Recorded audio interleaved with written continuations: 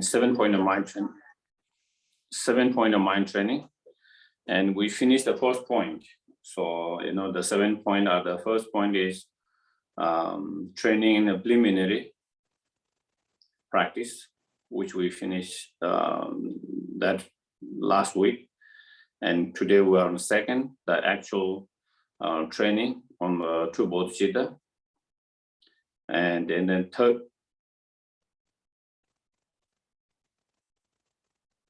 And third one is the third one is transforming all the adversary into the path, and fourth one is integrating the practice in one lifetime, and the fifth one is the measurement of having trained the mind, and then sixth one is the commitment of the mind training, and seventh one is the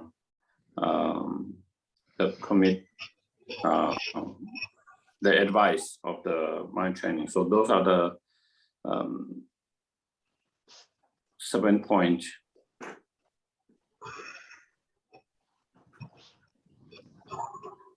So I guess maybe you all have the text, so maybe we can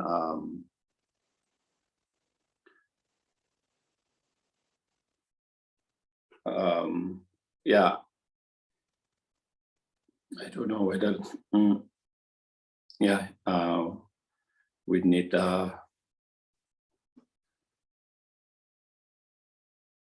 so then mind training are the part of the Bodhisattva's practice, and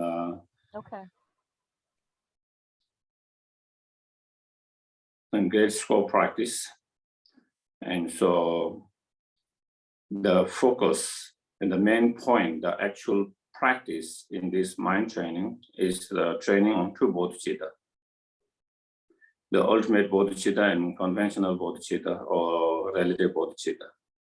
So that is the actual practice, which comes into the second point. Then other practice are, the first one, preliminary practice for this actual practice. This first point, and the other points are like, how to take this actual training of true bodhicitta into applying in our everyday life. And through that practice, transforming the difficulties or adversity into the path, and then the advice and commitment of that training. And so that is the essence or the actual practice of mind training is the training in true bodhicitta.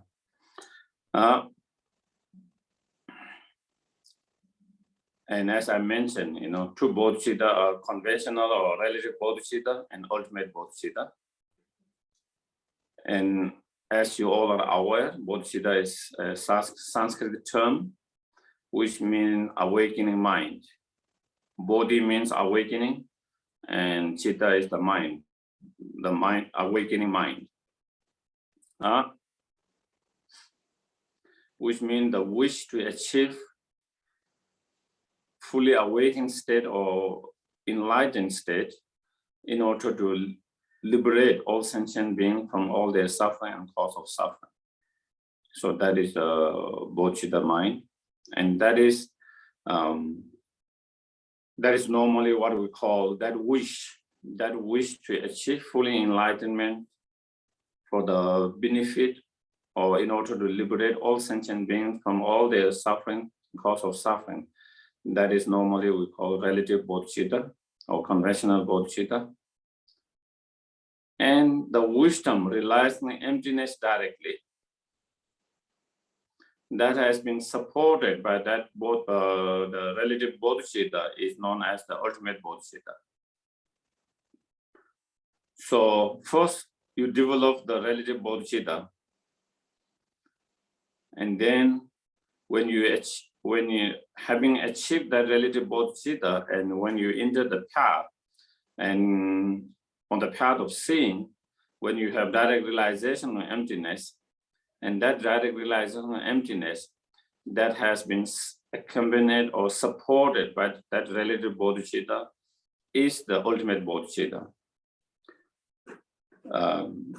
To be more precise, and generally, generally we can say, the wisdom realizing emptiness that is supported by the bodhicitta, maybe we can say that is the ultimate bodhicitta. So, or in other terms, maybe another way of saying is, when we actualize the wisdom realizing emptiness in order to free all sentient beings from the samsara and cause of samsara, then that is the ultimate bodhicitta. And so then in most of the teachings, first the sequences, first they have relative bodhicitta, and then they have the ultimate bodhicitta later. But here is reverse. First, the teaching is on ultimate bodhicitta, and then relative bodhicitta. So it starts with that. First start with the ultimate bodhicitta.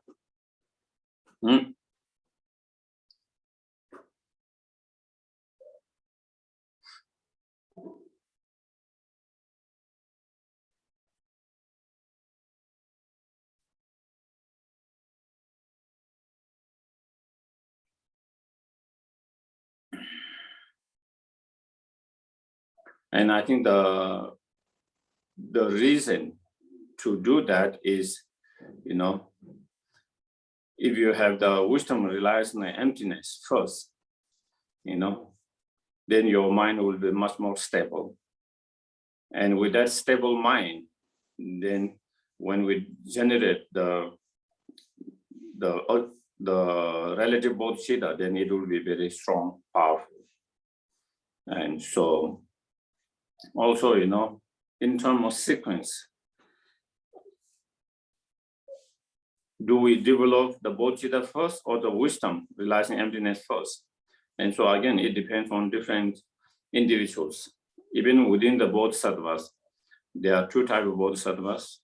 I think, I mentioned before, and more sharp faculty bodhisattvas and less sharp faculty bodhisattvas. Those who are sharp faculty bodhisattvas, first they have develop the wisdom realizing emptiness, and on the basis of that, then they develop conventional bodhicitta.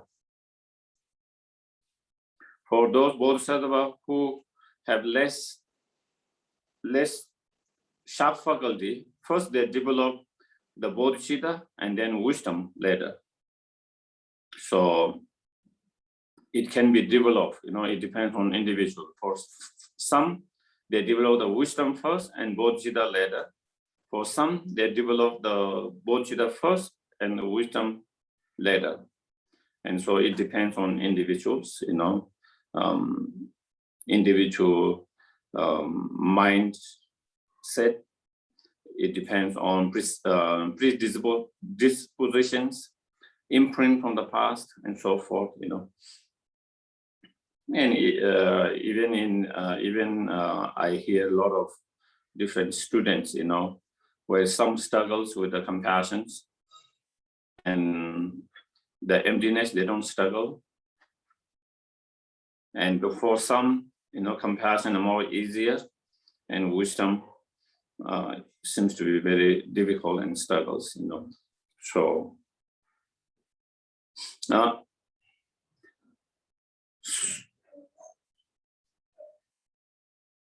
yeah.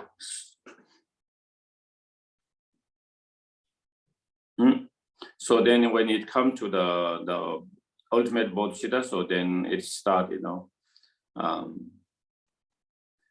having gained stability, receive the teaching, secret teaching. So here the secret teaching refer to the teaching on emptiness, okay? And sometimes you see, the word being used, secret,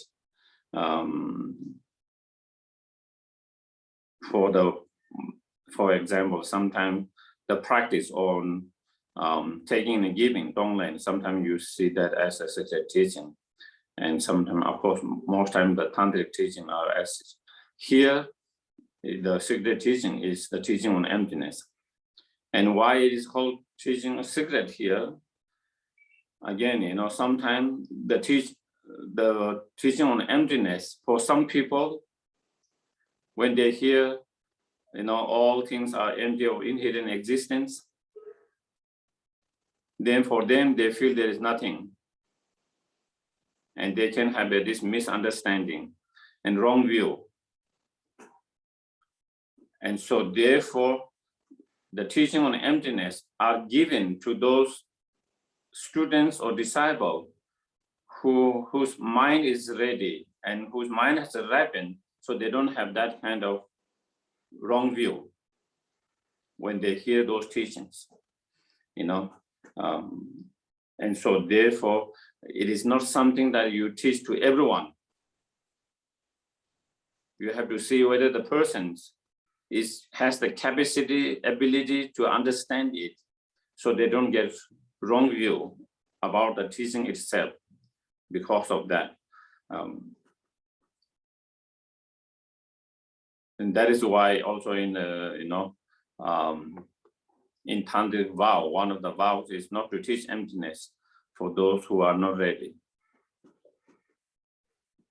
So I guess maybe we all must be ready. I guess maybe we all must be ready, and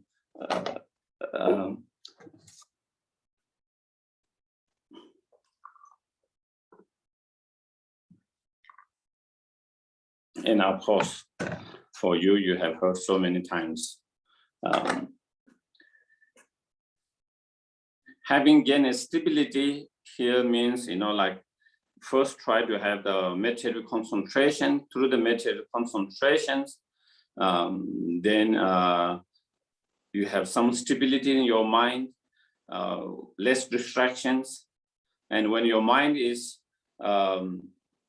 developed into that state, more stable mind, less distracted, then you use that mind to analyze the nature of things, the nature of reality, to understand the reality, to investigate, analyze the nature of the phenomena. So, and that is what the wisdom does.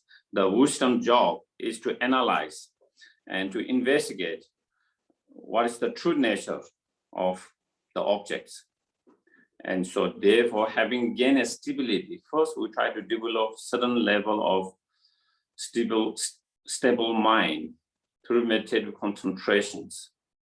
And on the basis of that, we receive the teachings on emptiness. And once we have received the teachings, and that one we have understood those emptiness, then we try to meditate. So here is talking about how to meditate on that. And then when we meditate on emptiness, consider all phenomena as dream. So first we try to meditate on all the external phenomena, the environment, the living beings in that environment, seeing them, understanding them all as a dream, like a dream. So when we meditate, again, first we start with, like every practice, refuge and bodhicitta, then you visualize the guru and the yidam inseparable. And then you do the 7-limb practice. It can be long, medium, short. And then you make a heartfelt request to the guru and yidam which are inseparable to guide us, to help us, and to bless us to have these realizations. From deep of our heart, we make strong heartfelt request to help us, to bless us, so that we can have realization through this practice, through these meditations.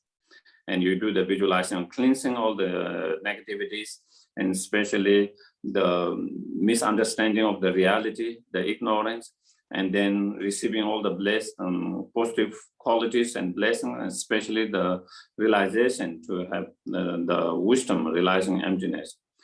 And once you have already done that, and then you try to meditate on here, meditating on emptiness. So just like in a dream, when you dream of something, okay?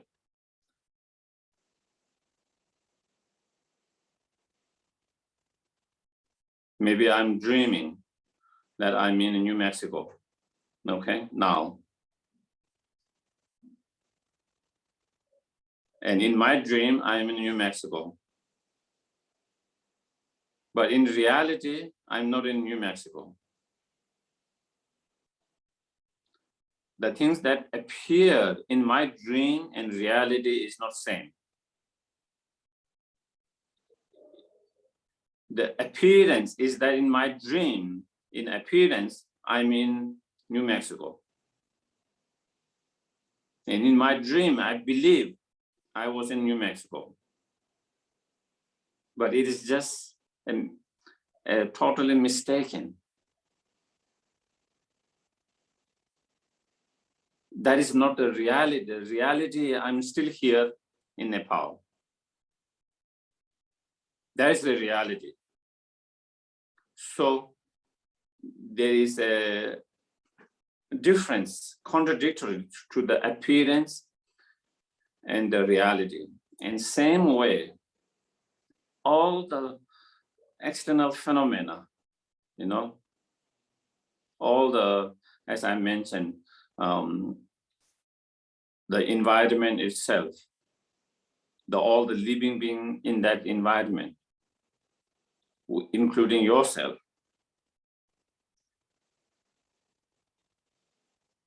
Even though to our mind, it appears all these objects as inherently existing, truly existing. But if you analyze deeply, none of those objects exists the way it appears to our mind, inherently and truly existing. It's totally empty of truly and inherently existence. Therefore, all of them are like a dream. The way it appears and the way it exists is not insane. The reality and the appearance is not insane.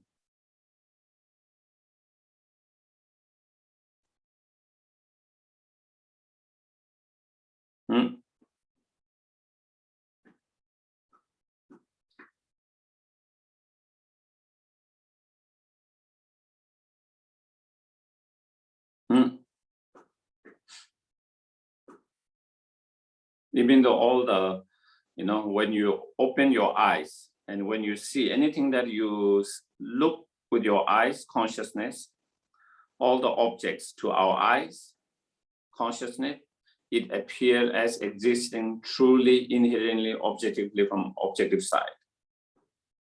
Everything we hear with our ear consciousness, everything sound, every sound, it appears to our consciousness, ear consciousness, as though those sounds are inherently and truly existing from the object themselves. Everything that we smell with our nose consciousness, all this smell, good, bad, so on, they smell as though it is inherently, truly, and that smell coming from objectively from whatever is coming from. Everything we taste with our tongue consciousness, whether it's delicious, not delicious, so, it appears to our that consciousness as though everything exists from its own side, that taste, you know. whether it's pizza, whether it's, burrito, whatever, the taste, this appearance, that taste is inherently and truly coming from that object itself. And that is why we are so attached to that object. When its taste is good.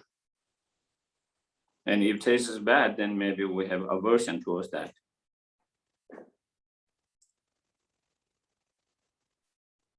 And then everything that we touch with our body, softness, roughness, whatever, when we are wearing or whatever, or wind or heat or cold, again, we have this bodily sensation, feelings. And again, that feeling, that whatever we are feeling, it seems like to our bodily consciousness, it appears all this, whatever different, it comes from those objects, truly inherently from those objective side. So all our senses, 5 senses, every object that appear to our 5 senses all the time, appear, the object truly inherently from objective side. Not only it appear to our sense consciousness that way, after that it appear to our sense consciousness, then our mental consciousness grasp and believe as it appeared to those consciousness. As though all these different objects that appear to our mind as existing truly inherently from the objective side itself.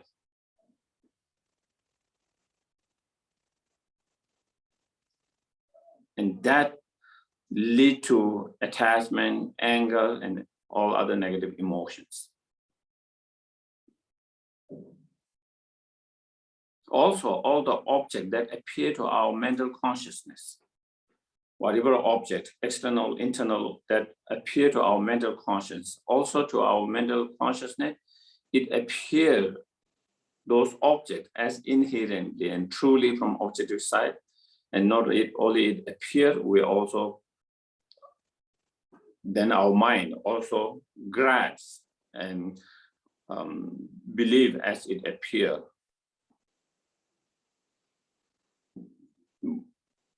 That is when we don't analyze, when we just follow the appearance. That is what we do in our normal life. We just follow the appearance, believing the appearance. We never ask questions, or we never investigate whether the way can appear to us, whether that is the reality or not.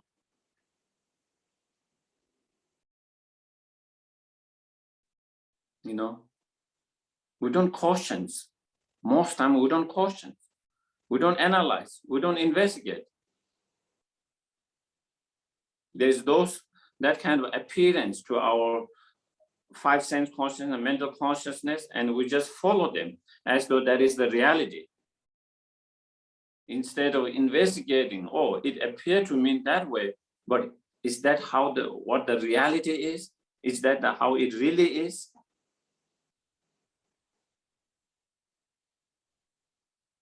So when we are here, when we are meditating on emptiness, we are starting to caution and we are trying to analyze, investigate.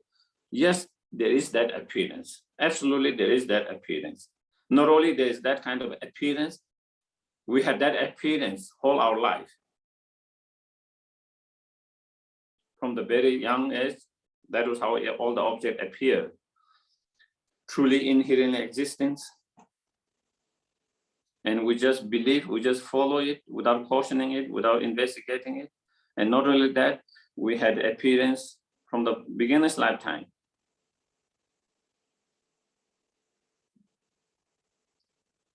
If the reality is not that, why does we have that kind of strong appearance all the time? Why is so, dominant in our life all the time, or our consciousness? because the imprint is all the time. There is so much imprint. Imprint is so strong. The imprint is so strong. The imprint is so strong. That is why we have that kind of appearance all the time.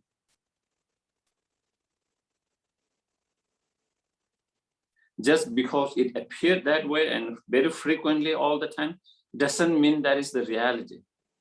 Doesn't mean that is the fact. You know, when someone has some kind of mental conditions, you know, to their mind, you know, they have appearance of someone, even when no one is talking bad about them, even though no one is trying to attack them, in their mind, there is consciously they are seeing, hearing people criticizing them, people laughing at them, people trying to harm them, people trying to hurt them. They have that kind of appearance. That is what they hear, that is what they see with their, and that is what they believe. But that doesn't mean that is the reality, just because they hear, they see that all the time due to their death conditions. Same way, just because, you know, our conditions of that kind of strong imprint and ignorance from so long time, then we have, due to that condition, then we have that kind of appearance all the time. But that doesn't mean that is the fact, that is the reality. And so, because when we analyze, investigate, then, you know, none of those objects exist, you know, truly inherently, and cannot be found within the object itself. And we have already kind of discussed many times in the past, you know, if I try to find a glass within the glass itself, the glassness within the glass, I cannot find the glassness within this, each part of those glass. And that applies to all the phenomena. And therefore, the appearance and the reality is different. Therefore, all of those phenomena are like dream. So first we do that analysis, and then we try to meditate without analyzing. In that moment, you know, that sense of empty, of truly existing, inherently existing. Through that analysis, investigating, you come to understanding, convictions, certainty that all these phenomena are empty of truly inherent existence. And when you come to that certainty and conclusions, then you don't analyze, then you try to remain in that emptiness as much as possible. And when you're, you know,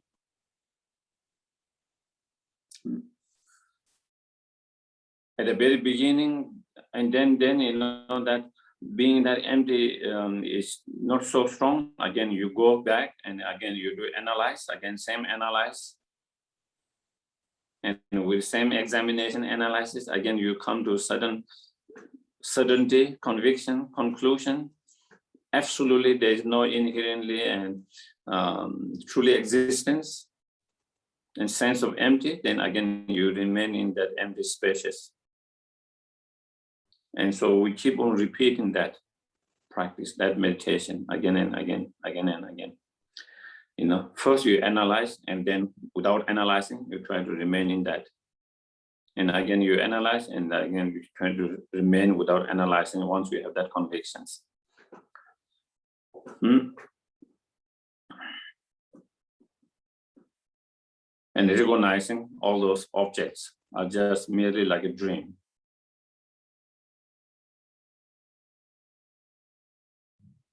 And it's important to understand why the Buddha used those different examples, such as dream, illusions, the magic of the magicians, reflections of in the lake, and so forth. When you use the example like dream, even though what appears in the dream is not reality, but at the same time, the dream itself has functioning due to many cause and condition coming together. Due to many cause and condition coming together, you have certain dream.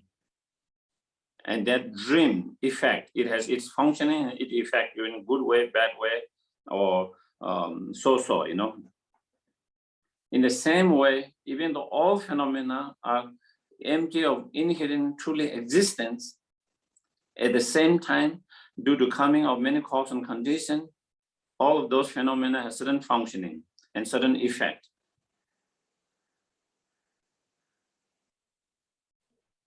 So that is, again, another important to understand when we understand emptiness. Doesn't mean there is nothing. Doesn't mean there's nothing, but it just means the way things appear to our that consciousness. It doesn't exist the way it appears to our consciousness. That is truly inherent existence. Even though it is empty of truly and inherently existent, at the same time, just like dream, due to many cause and conditions coming together, it has certain functioning. Each of those objects have certain functioning. And due to those certain functioning, then it has different effect on different individuals, different objects. So therefore, there is no contradictions. While being empty of truly and inherently existent, at the same time having its functioning effect, different effect. It is very important to see that non-contradiction of that, because a lot of time, people see that contradictions, and that is where the problem comes.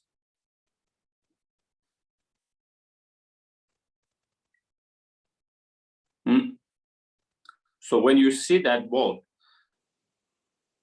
then you are able to see the both truth. Otherwise, you see one truth and you don't see other truth.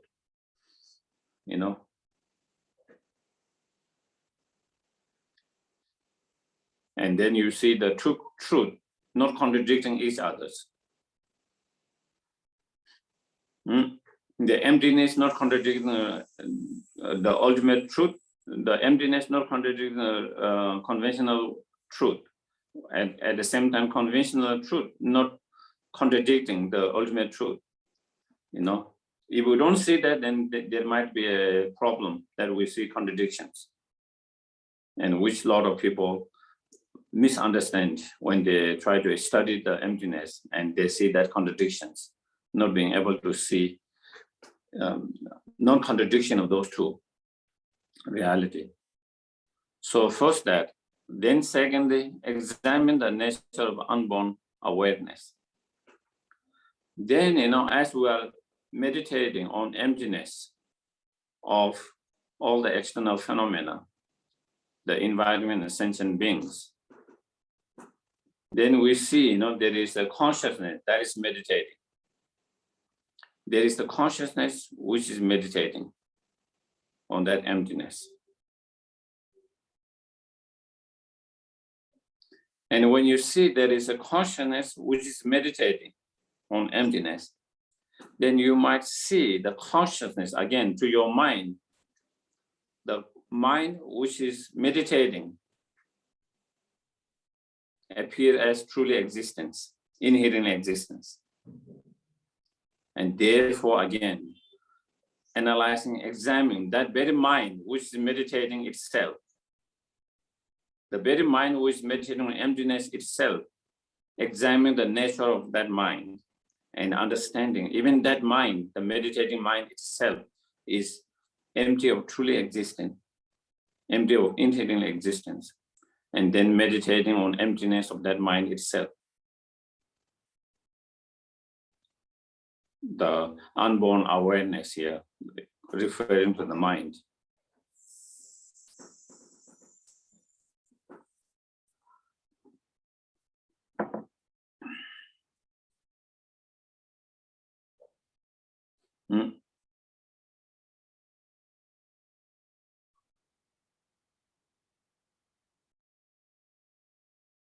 So first you meditate on emptiness of external object, and then the very mind that's meditating, as you analyze that mind itself is empty of truly existence. Even the mind that is meditating is empty of truly existence. And with that examination, analysis, and then again you come to certain conclusion, conviction, certainty. And once you come to that certainty, again you try to remain in a resting meditations or placing meditation without analysis, without examinations.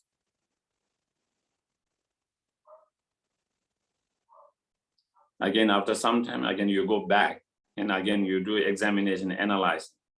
And with that kind of examination, analyzing, again it comes to certain certainty, conclusions, convictions, that even the awareness is empty of truly existence, inherent existence. When you come to that convictions, then you try to remain in that convictions of where you feel like empty, of, empty and spacious, and without analyzing.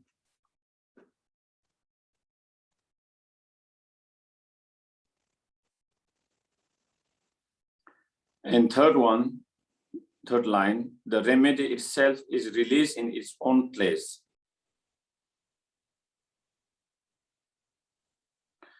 There seems to be two different ways of understanding that.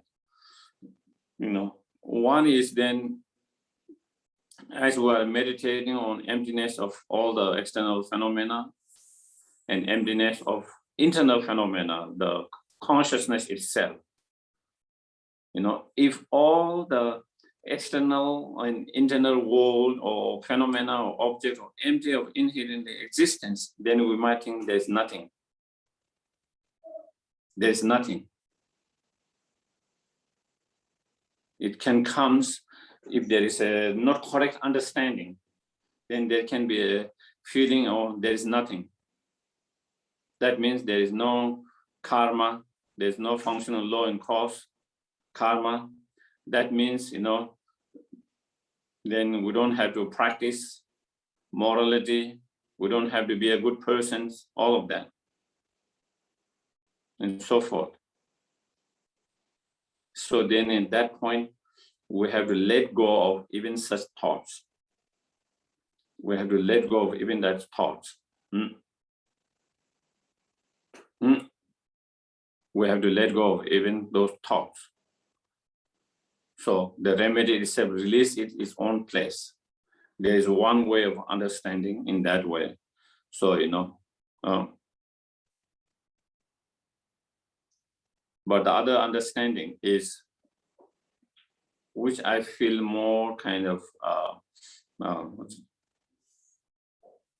related here is, so then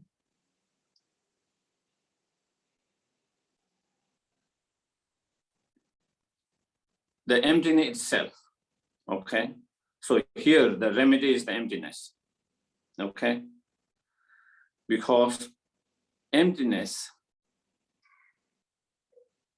relies, understanding the emptiness is remedy to all the problems, to all the delusions, okay?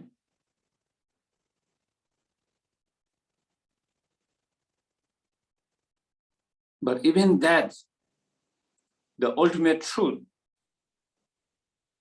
the emptiness, the remedy itself,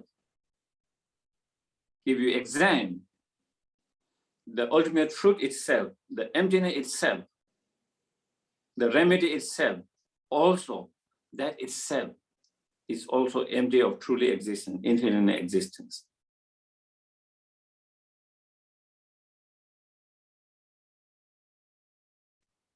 And when we are able to understand and realize emptiness itself, the ultimate truth itself, the remedy itself is empty of truly existence, inherent existence, then, it releases, this grasping of ultimate truth to be ultimate. Do you get it? Because sometimes, when we see, as we understand, oh, it is the ultimate truth, the emptiness, that is the key to all the problems. Understanding that ultimate truth, ultimate reality or emptiness is the remedy, antidote, and key to all the problems, all the delusions. Then we might start to have a, grasping to that emptiness, that ultimate truth as ultimate and as inherent and truly, as an absolute. And as long as we have that kind of grasping of absolute or ultimate or inherent and truly, even the object is emptiness, then you still have grasping, and therefore you are still not released from the grasping. You are not still released from the grasping because you still have that grasping. And one should let go of even that grasping in order to liberate. As long as we're grasping, even the object is better,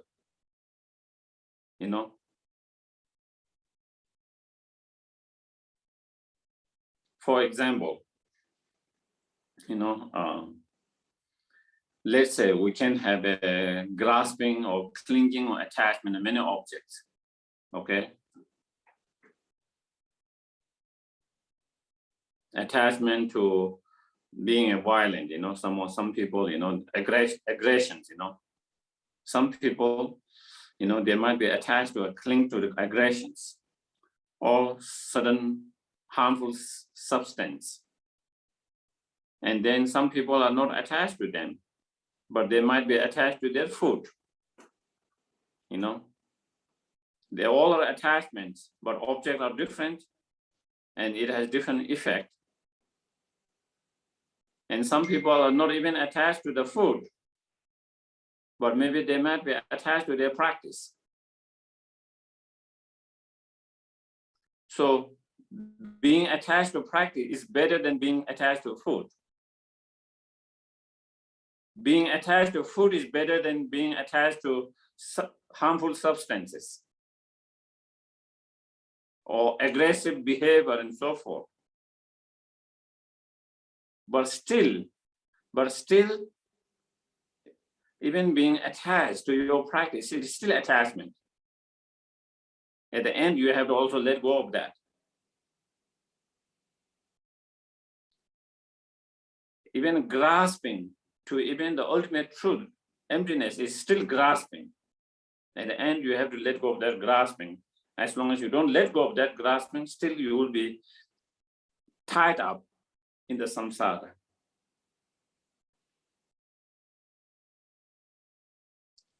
And so therefore, then,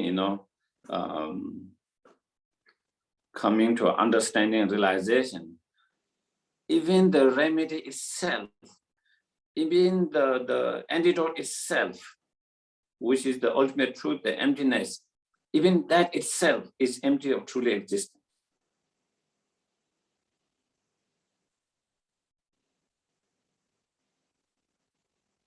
And I think this is a very unique teaching of Buddha, because in most of the other spiritual path, they have ultimate, which solve the problem.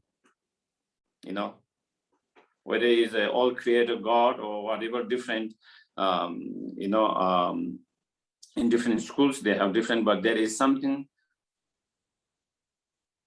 which is the ultimate that fix all the problem, which is the remedy, which is the solution to all the problem. And then there is a strong belief and grasping that ultimate powerful one is the ultimate, absolute, and grasping. And here even the most powerful remedy itself is also not absolute, is not ultimate, and is empty of, it is also just like the object, it is also empty of inherent and truly existence. Then, there is nothing to hold on, no object to hold on, cling on, grasp on. And when you are able to let go of all the grasping, clinging to any object, that is when really, when we are able to release ourselves.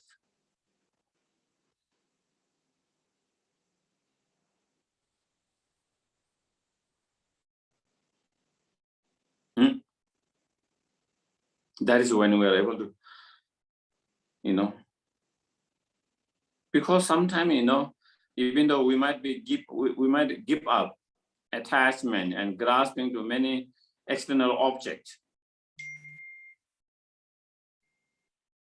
and even maybe internal objects such as samsaric experience, we might be able to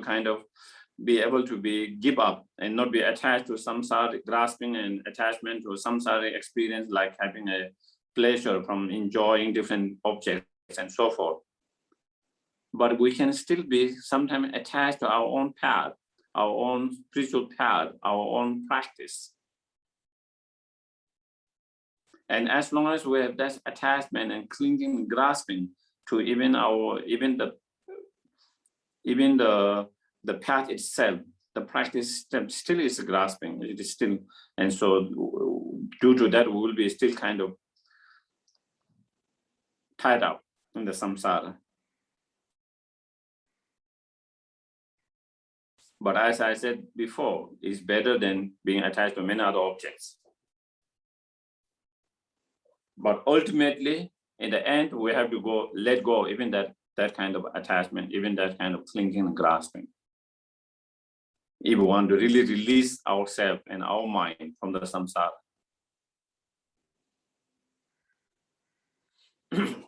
And so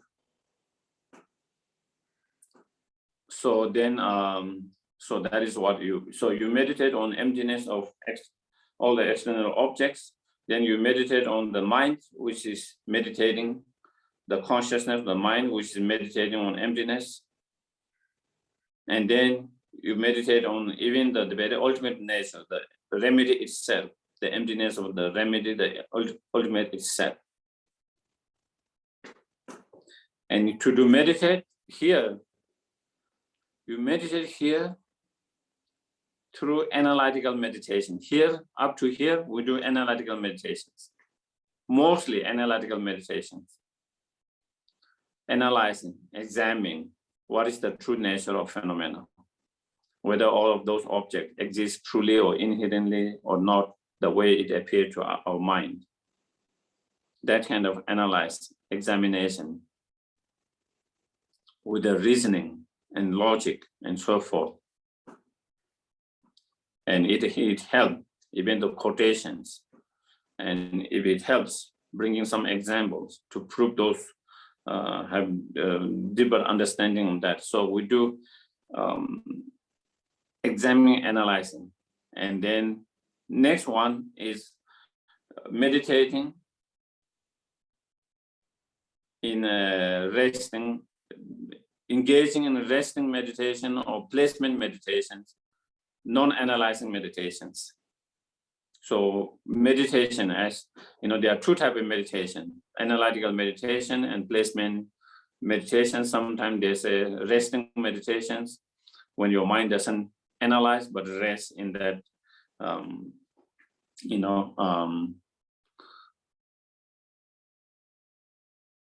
without thinking or analyzing, but just kind of resting in that, placing or resting in that object. And so here, place your meditations on the nature or foundation of all, the essence of the path. So here, this one, after you have done the analysis, as I already mentioned before, after you have done the analyze, then you don't analyze anymore. When you come to that kind of conviction, certainty, and conclusion, then what you do is you just place your meditations on that emptiness, or you rest in that emptiness. You rest in that emptiness. So here, place your meditation on the nature of foundation of all.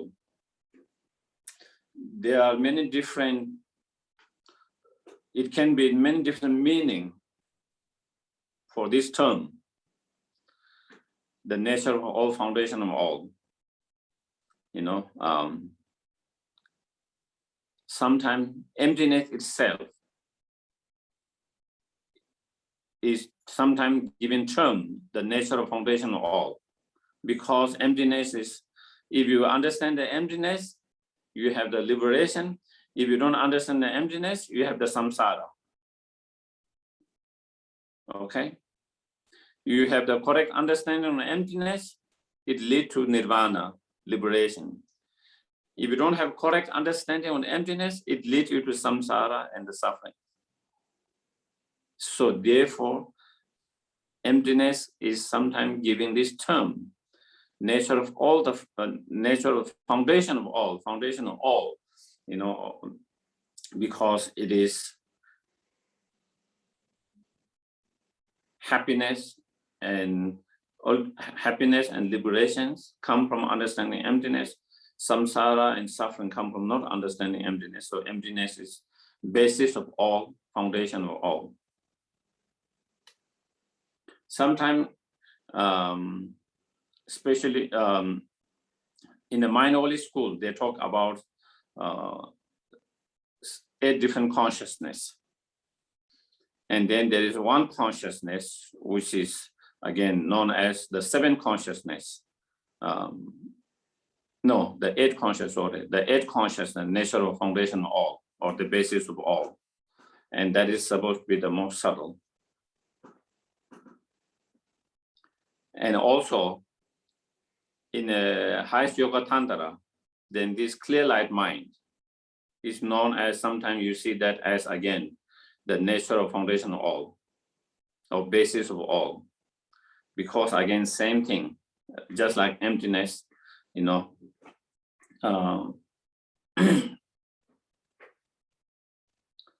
everything's come from the clear light mind. For us, all our samsara and suffering arises from that clear light mind. And for those enlightened beings, all their enlightenment come through that clear light mind. So that clear light mind is the basis or the foundation of all, and which is the essence of the path. So here, I think because it's more kind of sutra teachings, so therefore here it will refer more for the emptiness. And basically, and that emptiness is the essence of the path. You know, the wisdom realizing emptiness, or emptiness is the essence of the path. And that is why Has Sutra in Tibetan, Sherab Nyingbo. Nyingbo means essence. And that wisdom is the essence of all the Buddha's teachings and the essence of all the path. And so the wisdom, as well as the object of the wisdom, the emptiness itself, is the essence of all the path. And so here we try to meditate without analyzing. After finished analyzing, then you try to rest in that emptiness, place in that emptiness. So that is, so I think that is all for today. So up to here is the meditation on ultimate bodhicitta or emptiness during the meditative sessions. And then next one come how to practice during the post-meditation sessions. The next verse.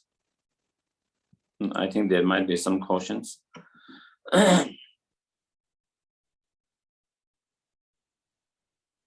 When you say consciousness itself, do you mean mind?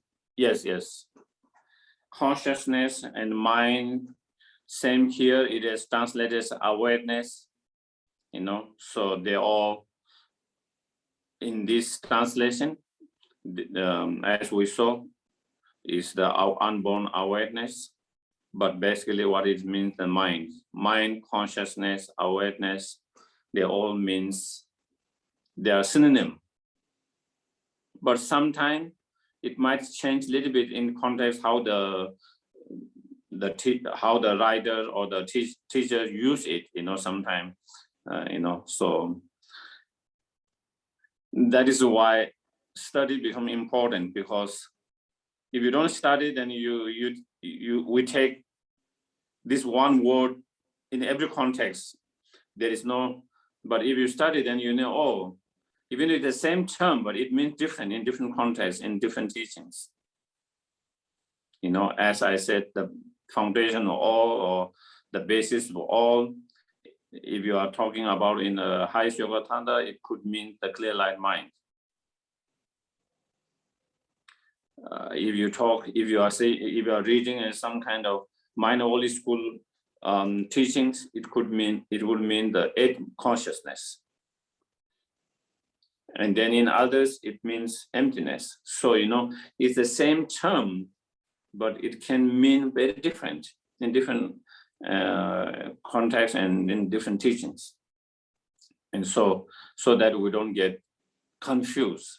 If we don't study, then we think, oh, we take the term in the same meaning to all these different teachings, and then it can be a conflict and contradictions and so forth. Yeah, so I think thank you very much for joining. And then, if there is any question, I can take one or two. Anyone questions, comments? Just quickly, Geshe, what you were saying about it depends on what you study, but it also depends on the different traditions, right? The different. That is why I'm saying different schools and different traditions, even within the Buddhist school, as I said, in some other schools and minor holy schools, and in tantric, it could be different. And then within the Tibetan traditions, they use different terms, sometimes, and the way they use term might be slightly different. And usually when you read that stuff, it explains it somewhere in the beginning what that means, or are you supposed to just know what that means? Nowadays in the modern, sometimes you see appendix, and then it gives some explanations, at the end. But but in most of the tradition, you don't see those. So you have to study the whole text with someone who knows it and who explain it. And so just by reading it, you wouldn't get complete. You could have a lot of misunderstanding. Yeah. Unless you have received some teaching from teacher or commentary, you have read many commentaries, and then you can get some, Okay. Thank you. So, okay, so then we do the dedications, okay? Thank